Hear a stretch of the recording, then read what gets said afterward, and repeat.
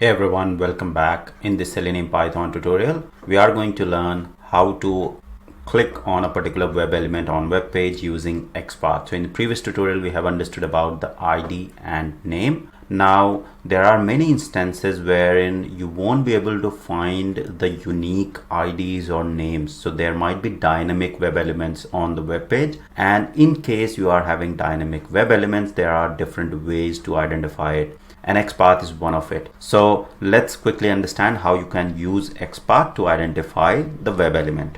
Okay, so I'll simply, to make it a quick video, I'll copy the existing code and I'll say find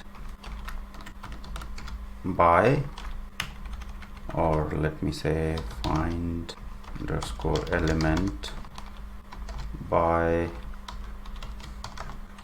and I'll append demo just to avoid any conflict.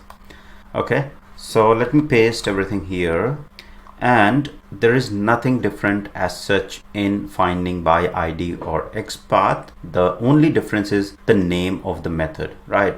So here we were using find element by name. Now if you want to find by the XPath, we have to change this method to XPath, and we have to provide the XPath here. Okay, rest all remains exactly same. Now, as I mentioned in the beginning, that there might be some web elements which are dynamic. So how we'll go ahead and find those web elements? So say for example, this particular web element has the unique attributes, right? So name is unique, ID is unique, so you can use it. But say for example, in many real application scenarios, which we'll see as well in this tutorial series when we go into advanced sections, that there are objects or web elements that are not unique. So there might be some part that is unique or some part that is not unique, which is dynamically generated every time you reload the page.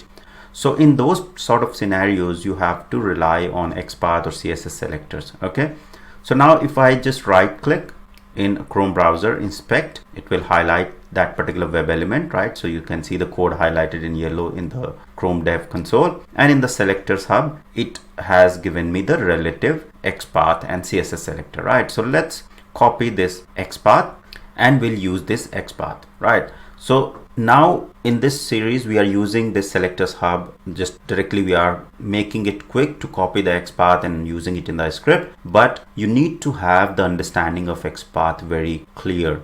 How you are writing the XPath, what does this input means, the square brackets, and then ID, all this. This is all explained in detail into the XPath, advanced XPath series and CSS selector series, which will be part of this series as well. So go ahead and learn that as well, because unless and until you know the element locator concepts, it won't help you a lot. So reliance on tool is good up to some extent, but do not rely on the tool completely for identifying these web elements without understanding what exactly you are doing. Okay, so we'll copy it, and now in our script, we simply have to basically change the XPath here. Okay, and then we'll change here by XPath. Okay, and here we have to basically we can simply use double quotes, okay, just to ignore the error. Okay, let me see. Okay, not here, so we'll use double quotes outside of this.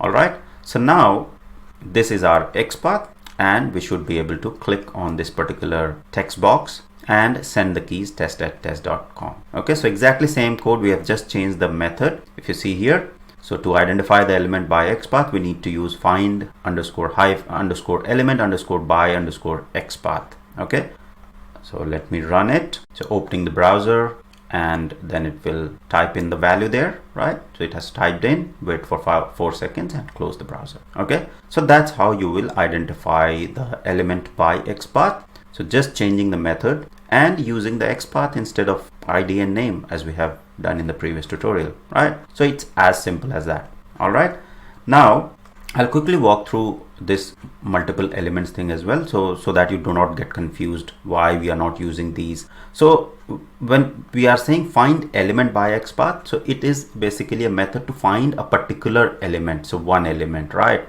When we want to find a group of elements, a list of elements, right, So we can specify find elements by XPath or name or whatever. Okay, so when we want to identify the elements, multiple elements, if for example we want to identify all the anchor elements on page, so we can use find elements. Okay, and then provide the XPath or name, whatever, and it will return me a list, and then I can work on that list to verify that the number of anchor elements that should be there on the page are actually there. Okay, so that's the difference between find element and elements. Okay, we'll cover that in the upcoming tutorial.